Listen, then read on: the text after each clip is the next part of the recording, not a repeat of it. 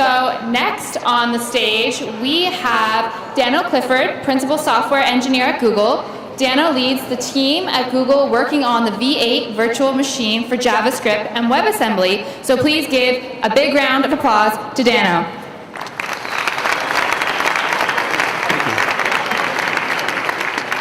Thanks a lot. Yeah, so I work on V8.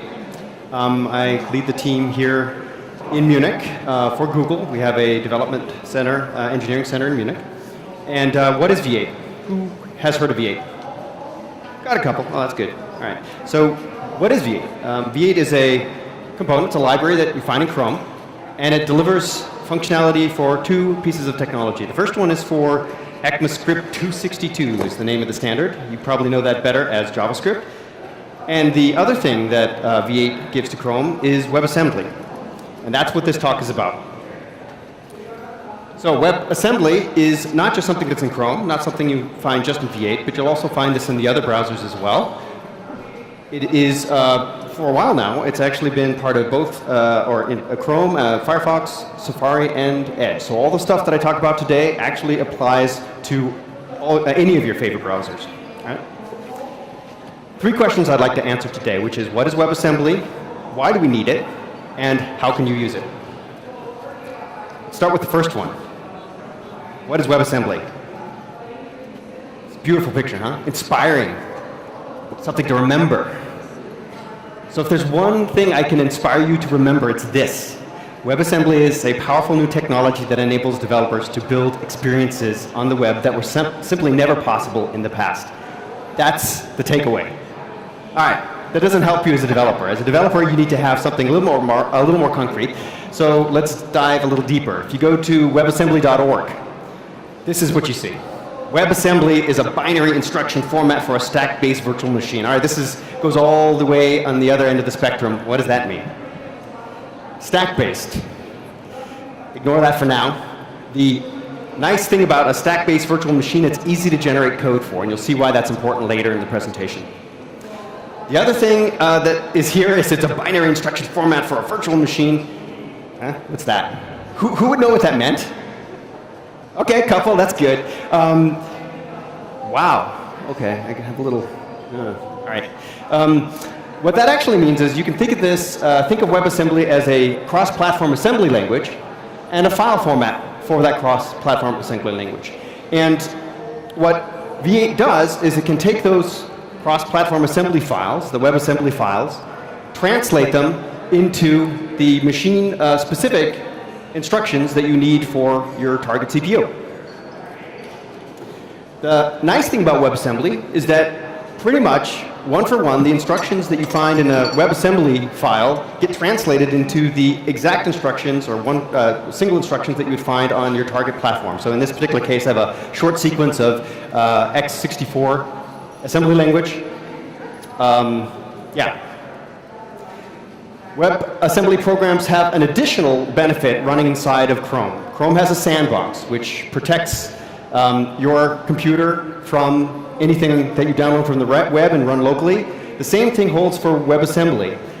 Any WebAssembly program that you run inside of Chrome runs inside of the Chrome sandbox. It doesn't have full access to your machine, so it's a safe execution environment. WebAssembly is designed to be a portable target compilation, target for compilation. And what this means is you could take a high-level language like C or C++ or Rust and compile it down into a WebAssembly file and ship that over the web and run it on the user's client browser. It's pretty powerful, right? You start with C++ code. This can be legacy code. This can be code that was written 30, 40 years ago, or 30 years ago, I guess. And it will run, once you run it through Clang or the set of tools that you need to translate to WebAssembly, you take the output WebAssembly file and you can run that directly in the browser. Why do you need it? It's going to take me a while to get there, so hold with me, please. My first observation is translation is a very hard problem. I have, for about 25 years professionally, been working on translating one language into another, most typically a high-level computer language and into a low-level machine language. And when you work on compilers and virtual machines, this is the essence of what you do. You do this all the time. Turns out it's pretty hard. It also turns out it's a similar problem to another problem that I've been wrestling with for about 2 decades, which is translating between German and English. How many German speakers are here in the audience? All right, we got up here. How many English speakers do we have in the audience? That was a trick question, right? I mean, I'm speaking English. So, got a couple laughs. That's good. That makes me feel good. So I'd like one of the things that has occurred to me over the last 10 years. I'm incredibly proud of my daughter, who is 10 years old. She was born and grew up in Germany, and she speaks German flawlessly, considerably better than I will ever be able to speak it. So she has done in 10 years what has taken me more than 2 decades, and she's lapped me a couple times on this journey. So she likes to sort of tease me about this or present me with problems about translation, and I'd like to present one to you that she gave to me recently. And it goes something like this. It's kind of a joke. Der Walfisch sagt zum Thunfisch, was sollen wir tun, Fisch? Der Thunfisch sagt zum Walfisch, du hast die Walfisch. All right, looks like this. Anybody understand my German there? Nobody laughed, but that's okay. So, this is this joke, right?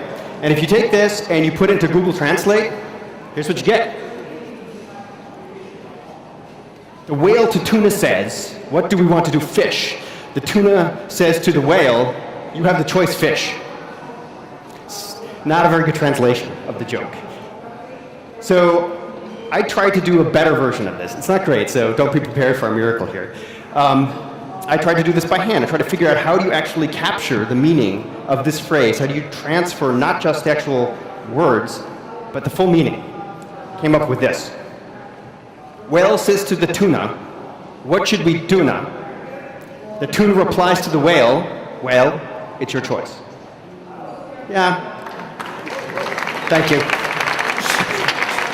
I would also, please approach me afterwards if you have a better translation of this, because this is hard. So,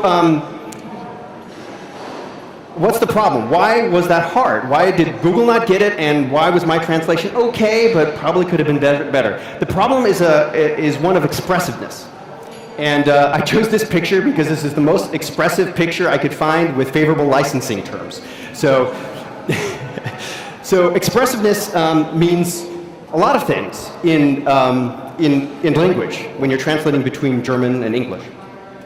First, you have the literal meaning. You have the actual words. You have to get the words right, otherwise you're not actually transferring meaning. But there's more to this. You have the humor, you have the cadence, the rhythm by which it's delivered, and you have alliteration, you have certain sounds that repeat, and that kind of makes the shape for what you're saying. You also have things, and turns out what was really hard about this particular joke, you have homonyms, which are words that sound the same but have different meanings, right? In a German, Walfisch, Walfisch, Thunfisch, and Thunfisch, right? You have these homonyms, or sort of homonyms, and in English it was a little harder to come up with those. Okay, so why am I talking about all of this? Let's pop the stack back a level and talk about the translation of computer languages. Turns out this is really hard too. And we're faced with the same problems. So it's a problem of expressiveness, right? You have, when you start with one language, a high-level language, and you want to translate it, let's say, into assembly language, you have to capture the raw functionality. That translation process has to capture meaning. It has to capture your intent. It has to be correct, right? You expect to have a specification for the language that you can look at and say, yep, I expect the language to do this in that situation, and the translated version has to do that. So there's this spec compliance, specification compliance piece. There's also security aspects, right? You need to make sure that you don't accidentally introduce security problems when translating your code into something low level. This turns out to be something that's pretty important inside of the browser. If we do this job incorrectly in V8, we can open up the opportunity for attackers to try to take over your machine. They don't, but that's actually part of our job to make sure they can't.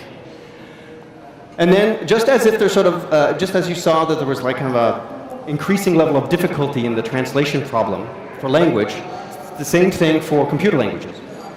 That once you get the correctness piece, once you get these attributes, which you must have, Then there are these things that are the nice to haves, and they turn out to be harder, right? You want to have a system that's fast. You want to have a system that's also small. You don't want to take an unbounded amount of memory. Okay? So these two attributes are sort of the equivalent of the homonym translation. Turn out to be really hard. All right, another thing that's hard. I'm just talking about hard problems here. Implementing JavaScript is also really hard. It has all those problems I just talked about and a couple more. So I'd like to actually go into a little bit of detail about why this is hard, because at some point we'll come back to WebAssembly. The first thing I'd like to do is give you a brief overview of V8, how V8 actually works when it translates JavaScript into machine code. It first starts with a JavaScript file, right? Everybody, most people here know JavaScript? JavaScript speakers here, right? Yeah, okay. So we start with JavaScript. We parse it, right? So there's a machine program that goes through the JavaScript and transforms it into a thing called an abstract syntax tree. Who knows what that is? A couple. All right, yeah, actually a pretty good number here. An abstract syntax tree is a data structure that captures your program according to rules that are well defined, right? So you can use an if statement here, an expression there, and it looks at the text of your program and breaks it down to a data structure that's much easier to traverse, to be able to navigate, to find actually what your intent was. From that, V8 generates bytecode, which it can send to the Ignition interpreter. That is actually the first tier that we use to execute JavaScript. So at this point, you typed in your JavaScript, you sent the file down to V8 in somebody's browser. We're actually now executing inside of the interpreter. After that code executes for a while, we want to make sure that you're getting the fastest execution possible. So what V8 does is it collects information about the executing program, has this mechanism called speculative optimization. What that means is that it uses the feedback it gathers to make decisions about what it should choose to optimize in your program. It doesn't optimize the whole thing, it would be infeasible. But if it has the right set of feedback, it can actually optimize the piece of your program that actually matters. So after that feedback is gathered while the interpreter is running, we send your JavaScript code to an optimizing compiler, and that optimizing compiler generates machine code that runs really, really fast on your machine. Right? And we do this for all the different platforms that Chrome and V8 are supported for. Make sense? General head nods. Okay. All right. So this is how V8 generally works. So how do we build V8? What do we create V8 with? Turns out V8 is written in C++. It's not using JavaScript. You can say, well, that's kind of a weird question. But first of all, just reflect on a second. Why did we use C++? Well, C++ is an extremely expressive language. It's very complex. But one of the things that it can do is it can take what you expressed in code and very reliably and very concisely translate that into machine code. So as the authors of V8, we can be really sure that what we write in the high-level C++ code actually gets implemented in a particular way, and we can guarantee its size and speed characteristics. So we didn't write it in JavaScript. Why not? Right? I said C++ does the job well. Why doesn't JavaScript do this well? Other languages actually do this. So Clang, which is a C compiler, is written in C++. There's the bootstrapping problem that you have to actually get the first version that actually runs itself. But still, once you do that, you can actually write. It's one of your best test cases. You have this really large body of code that you send through yourself, and you get out, hopefully, something that works on the other side. Why don't we do this? Why don't we use JavaScript for this problem? Well, it turns out part of the V8 problem, the translation of JavaScript into machine code, is difficult, arguably impossible to do in JavaScript itself. Okay, so what are we going to do? Why do you need WebAssembly? Here's the punchline. WebAssembly is expressive enough to solve that particular sub-problem in V8, in the V8 runtime, and other hard problems, which I'll get back to. All right, third question is, how do you actually use it? Wow, I'm going to be done really fast. I'm going to slow down. I've got a demo coming, so maybe that'll go wrong and I'll take some time. All right, so what are we going to do? Let's try building V8 with web technology alone. All right, so this is the thing I said was not possible before, but with WebAssembly, maybe it is. Now, when I go into the details here, take it all with a grain of salt. People will be raising their hand and saying, well, you didn't look at spec page 253, where integer conversion to numbers works in this particular way. Okay, it's an overly simplified example, but the idea is the one that you need to take away here, is that the power that I will show you in WebAssembly is one that actually scales. So you could theoretically build the entire V8 runtime. All right, let's first take a look at the easy part. And the easy part is the part that we can already do in JavaScript. It was that top row where we took your source code and we parsed it and we turned it into an AST.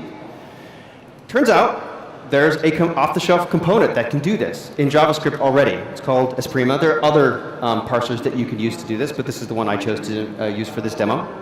High performance, standards compliant, ECMAScript. Remember I said ECMAScript is the official name of the specification for JavaScript.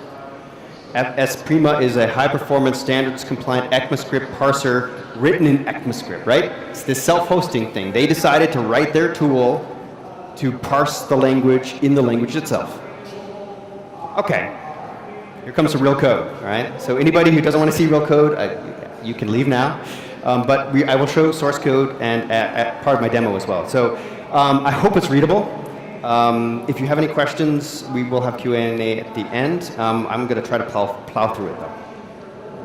All right, so this problem. We start with JavaScript.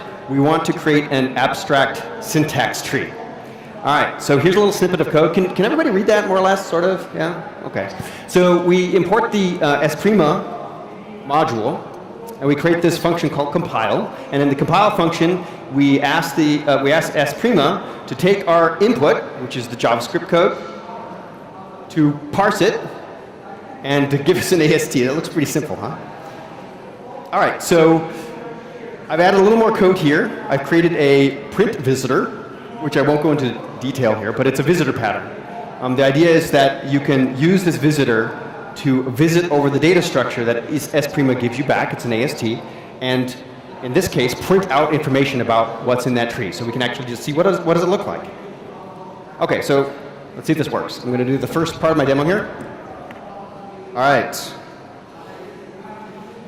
What I've done here is with NPM and Node, I've created a little project that creates a mini server. It's running locally on my machine, and built a little simple web framework around this. But what you'll see up on the left-hand side is a little snippet of JavaScript code, and on the right-hand side, the abstract syntax tree.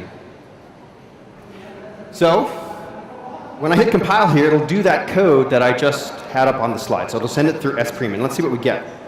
You actually get more here, but you'll see that it starts out, the top item here on the right is a program. That program has a body. There's a function declaration. OK, yeah, I'm declaring a function. It's called add2, so it has an identifier with the name add2. So you can see that it actually creates a regular structure around what I typed in as source code. Make sense? The details are not really that important here, but you can imagine this is represented as a tree, right? Which means that if we write a visitor, we can go through this tree and do something for each node.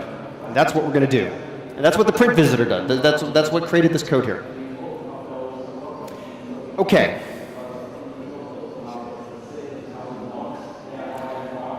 All right. So as I said, for that function, we get the AST on the left. Make sense? OK. All right. Now, that was the easy part. Let's figure out how to do the hard part. This was the part of that V8 picture that I said was not feasible in JavaScript. I'm going to simplify it a little bit. I get to do that because this is a talk. And I'm going to say, OK, we're not going to do feedback. That turns out to be pretty hard to do, or at least very complex to do. And we're not going to sort of optimize it. We're just going to compile it. But it turns out WebAssembly will already do a pretty good job of optimizing the code when we compile it. So this is the problem I'm going to try to solve with WebAssembly. Right? I'm going to try to compile from that AST down to machine code. So if you were paying attention before, we have a diagram, or I showed a diagram that looks a lot like what we're trying to actually accomplish here with WebAssembly, right? So we need to start with an AST. We need to start with some representation and compile it and generate machine-specific code. We could do that with WebAssembly. The problem we still have to solve, though, is we have to take the abstract syntax tree and we have to create a WebAssembly file from that. Right? That was the only gap that's left, because once we get to the WebAssembly file, we know that will be able to generate machine code. So how can we do that? Well, first of all, we need an assembler. So the idea behind an assembler is it's just a utility class that allows you to write bytes out into the file that will become the WebAssembly file. Right? So we have this function called emit that says, hey, here's a byte, please output it to the file. When we're done, we'll ask for all the bytes from the assembler and we'll give it back in a big buffer. Pretty straightforward. So on top of that, we implement some methods. We have this get local and i32 add. These turn out to be WebAssembly opcodes. I only implemented 2 of them. There's a couple dozen of them. But you can see what they actually do is they're just encoded as bytes that get output into the stream. Right here, so the get local, which is basically also a way to say, hey, one of those parameters you passed into this function, I want that now, please. It's represented as the hex number 20, and then you actually have to emit the number of the local or the parameter that you want. We have this other opcode, i32 add, which is 6a hex, and it adds 2 numbers together. It doesn't really have any context over which 2 numbers are there, so I'll get to that in just a second. So once we have this assembler, we have this ability to write out the WebAssembly opcodes, and when we're done, we get this buffer back, which is the file, the WebAssembly file. How do we actually make the right calls to output the right code? We need this thing called a compilation visitor, right? Remember I talked about the print visitor, which just went through the tree and printed something out for every node in the abstract syntax tree. That allowed us to see the shape and what was actually in there. The compilation visitor is not going to print things out. It's going to visit the whole tree and output code for each node that it encounters. So what does it do? It visits each node in the AST recursively, generating WASM code for each one. And here is where the stack machine of WebAssembly becomes interesting. Because it's a stack machine, all the operations that you do, computational operations like add, take the top 2 arguments on the stack, pop them off, do the operation, push the result back on. When you ask for a parameter, what it does is it takes the parameter value, push it on the stack. So if you want to do a computation between parameter 1 and parameter 2, you push 1, push 2, do the add, those 2 values will get popped, it'll put the results on the stack, and then if you want to return that from your function, you say return, and it returns the top value from the stack. So the stack machine actually helps us generate code very efficiently and very easily. So expressions leave or take values from the stack. This is an important property. Okay, so what does the compilation visitor actually look like? I wanted to give a little bit of insight here about how JavaScript makes this a little bit easier than C++. Maybe a little more dangerous, but easier. So this is my compilation visitor. It's got a constructor that creates the assembler so we can output bytes. And it has this visit method. And the visit method, what it does is it takes the current node that it's visiting, looks at its type, it's just a property on the node, and that has a name. It's a string. The type of the node is stored by S' in a string. We use that string as a function name to call. So it kind of looks like this. Here's your AST. When we get to this visit method, we look up based on the type, which is actually in the AST as the property. We take the type, we use it as a function name, and dispatch to it. Right? So in this particular case, if we were visiting a function declaration node, we would use the identifier function declaration to call the function declaration function. Okay? And here's what that function would look like. Right? So in the function declaration, you may have noticed that there were the declarations of each of the parameters that were being passed in. So what we do in the declaration, the function declaration visitor function, is that we record the name of the function. We'll need that later. And for each of the parameters, we just push the name. Okay? And then we visit the rest of the function, right? So the node localizes, the visitor function localizes what we need to do for the node. For the function node, all we need to do is handle the parameters, and then we let the vegetation of the rest of the tree generate the code for the body of the function. Another little utility that was useful here, every time we visit an identifier in the body of the function, that identifier, we look it up in the parameter list. Again, this is one of those simplifications. There are no variables. We'll only handle parameters here. So we'll look in that list of parameters that we built when we saw the function declaration, find which one that the name of that identifier actually refers to, and here we use the assembler to get the local with that index and push it on the stack. Make sense? Whoa, mind-blowing. It'll all come together in a second. Right, so remember the name and the parameters for the function, and then visit the output, visit and output the code for the body. And here, when a variable name or an identifier is encountered, assume it's a parameter. Look it up in that parameter list and push the value on the stack. Okay, this is the last, I think, one of the last code slides. So what else do we have to do? We have to handle the return statement. When you return a value from the JavaScript function, what does it do? It just visits the expression that you return, and then it outputs this assembler end, right? Or calls this assembler end, which outputs the epilogue of the function that pops the top of the stack and returns that. And then we have this is actually the meat of this exercise, the binary expression, where we say, okay, if we have a binary expression, visit the left side of the expression, it'll end up, when you're done with that, the top of the stack will be the expression for that left-hand side of the binary expression. You do the same thing for the right. After that code executes, you'll have the left and right sides of the binary expression on the top of the stack. Then, if it's a plus operator, you output a I32, a 32-bit add. Otherwise, we crash. Right. Return pops the top value, because we said every time you evaluate expression, that's on the top of the stack, and it returns it. The binary expression outputs the code for the left side of the plus, the right side of the plus, and then puts the result back on the top of the stack after popping the two expressions. Okay? All right. So if you create this visitor, you run the AST through it, you get a WebAssembly file, right? The assembler would have output all of these bytes as we visited the AST. And when we're done, we say, get the bytes. What do you do?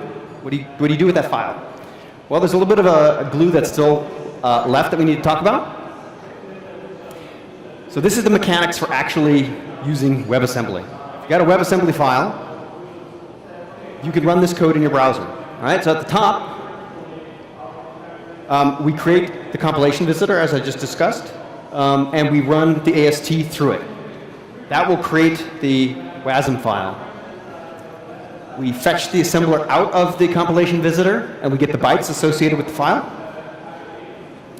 And here's the real meat. We ask the WebAssembly component to instantiate a WebAssembly module with those bytes as the basis of the WebAssembly file, right? And then it uses the promise-based API to get a callback when that compilation is done.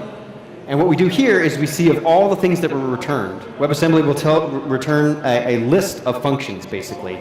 You can include multiple functions in one WebAssembly file. And what it does is it takes each of the functions that get added back, and this is kind of a hack. What it does is just puts those in the global namespace. It uses the window object here and says, hey, window object, this function you just compiled with WebAssembly, make it accessible from the global namespace. It's kind of a hack, but it'll be useful in the demo. Make sense? So the code that I just showed you is, with the exception of the assembler, which has a bunch of like boilerplate for handling the file format, I didn't show that, but everything I showed you is it. This was pretty much the project to do what I will show you now. So there's not a whole lot of code here. All right, demo. Part 2. All right, so we were over here, right? And we have this function, add2, that takes two parameters, adds them together, returns the result. We already saw the abstract syntax tree. Let's take a look at the WebAssembly bytes that were output by the compilation visitor. really hard to read, but they're bytes, and you can, if you look closely, you can see down here, get local, another get local here, and the add, and the end byte code, which returns the result. All right, so we output all of those, and this is all the boilerplate I was talking about up here that you don't have to know about. It's not really the, it's just necessary to have the correct file format. One way to look at this is using the WebAssembly text format, which is a user or a human readable format of this file, and it looks like this. You see that we define a module, give some information about the type of the function, including the parameter types. It declares the function with its name, and then has the same opcodes. Right? So when I hit compile here, it generated not only the abstract syntax tree, it generated the bytes for the WebAssembly file, which had this code. Right? All right. So I will now prove to you that it actually worked. Right? So we'll go down here to the developer console. Remember I said when you compile this function, it puts it into the global namespace. So I should be able to do this. Right? All right. We'll choose different numbers so it's not rigged. Right? So we're now going to try to call this function that we just wrote in WebAssembly. You can not even read this, so I could tell you anything, you'd have to believe me. Add 2 of 5 and 6, of course, is 11, and so it worked. Now, there's lots of caveats here. We treat everything as an integer value. We don't handle a whole bunch of edge cases that you would expect from JavaScript. So this isn't really JavaScript, but the idea is the same. We started with source code, and we compiled it down into something that executes on the machine locally. All right, just to prove that this is not completely rigged, let's try this. Let's make this function add 3, right? We're going to add 3 values together like this. And I will compile it, and you'll see the WebAssembly text format has now got 3 local variables. All 3 of them get added together, and add 3 also works. Yeah? Okay.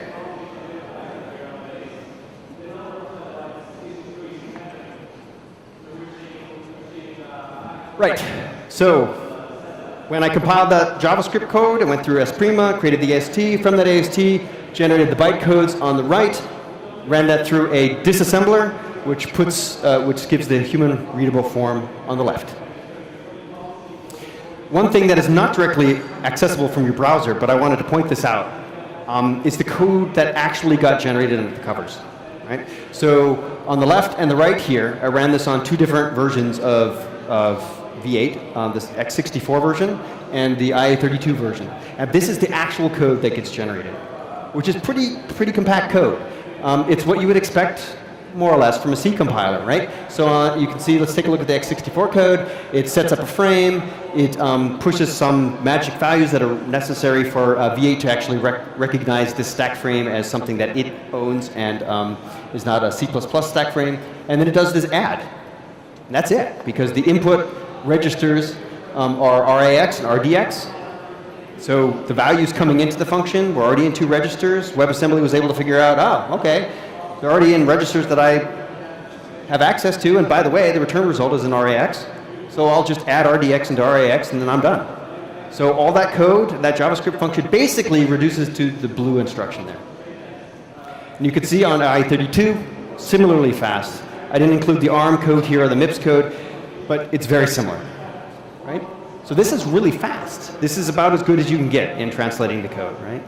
Which means that WebAssembly solves or could solve that last piece of this puzzle that was not possible before. Now that you have this incredible power on your client, it comes with great responsibility, but also lots of possibilities. On the client side, new use cases become possible that previously just were not feasible, right? You can do things like machine learning. You could do speech recognition and translation, right? The first problem we talked about in translation. High performance graphics, also not a problem.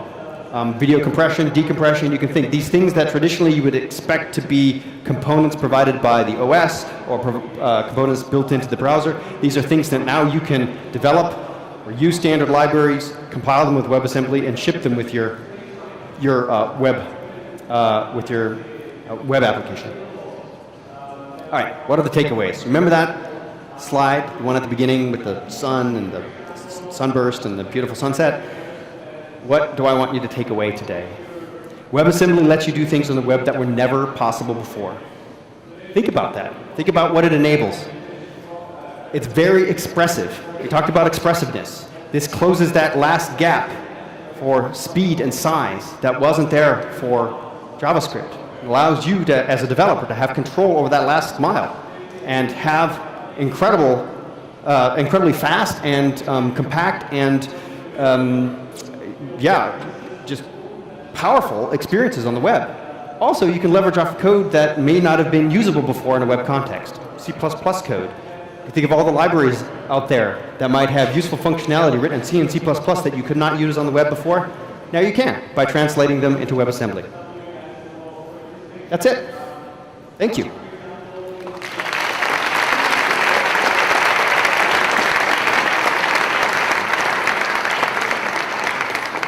I guess we'll take questions. Do we have like 5 minutes for questions?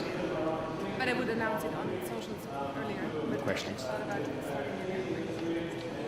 Let me delete the tweet. Oh, that's also there. I can manage that. I have 5 minutes. Yeah, to add.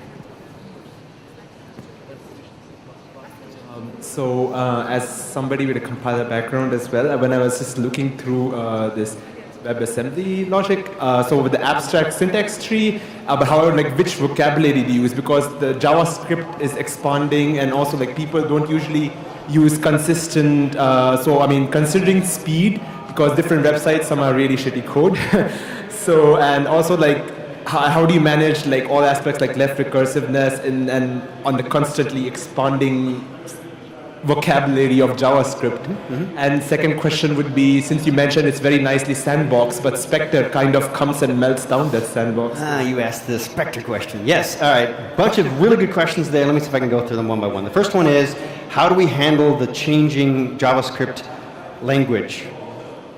On the V8 side, the real V8, the one that's written in C++, we have a team of engineers here in Munich that implement the latest version of the specification and have to change the parser to implement the new features as they become standardized. That's just engineering work. In this demo, I didn't have to solve this problem because I used Esprima and I just wait till the next version that comes out and they solve it for me. So that's about the changing language. Good question. Spectre, boy, that's a really tough question. This is a security vulnerability that affects all computing, not just the web, but the web has a particular, it's an interesting case because somebody can send down a program to your machine, which, who knows what Spectre and Meltdown is, how it works? Okay, I won't go into detail here, but basically it allows you that if you have the ability to run code in the browser, without mitigations, it's possible for a program, a random program that's downloaded, to guess at very accurately what the contents of RAM is in the same process that you're running in. So for a browser that may be running multiple tabs in the same process, this is dangerous because you could have, evil.com running in the same process as gmail.com, and somebody could be reading your mail. Turns out there are mitigations for that. In Chrome, we have already a lot of mitigations. We have site isolation, which makes sure that per site we run in a separate process, doesn't allow that cross-channel talk. We also have JIT mitigations. Turns out you can foil the timing that is used to actually use these attacks. That is a whole different talk. Very interesting talk. You can find a whole bunch of stuff on the web to do it. But we actually have mitigations in the back end of the WebAssembly engine to make sure that Spectres is not possible. Great questions. It's a performance question. So in V8 we have this turbofan optimization compiler, and if someone writing JavaScript very performantly, because the big int is coming, so there is no real difference between the types of WebAssembly and JavaScript now. So if you're writing really performant code without the polymorphism, can we achieve the same performance as WebAssembly and JavaScript? Yes. It's a really good question. Can you achieve the same performance with JavaScript as you do with WebAssembly? Mostly. There's a couple of caveats. No matter how well we optimize the JavaScript code, we use speculative execution, which means that we gate optimizations with some sort of checks. We can reduce those number of checks, but it's really hard without a sound type system to guarantee that that code will always be correct. So we can come really close, but it's hard. It's not predictable performance, right? As a developer, it's really difficult to know, am I hitting that sweet spot or not? So yes, if you're very, very careful, you know exactly what you're doing, and you read all the V8 blogs, and you know everything about the language, then it would be possible to get close. But if you don't want to do all of that, one thing you could do is take a library, a C++ library off the web, or for GitHub or whatever, and then cross-compile it, run it, and you're pretty much guaranteed that the performance will be consistent. Make sense? Perfect. Well, I think that's all for time. Yep. So please, everyone, give one last big round of applause.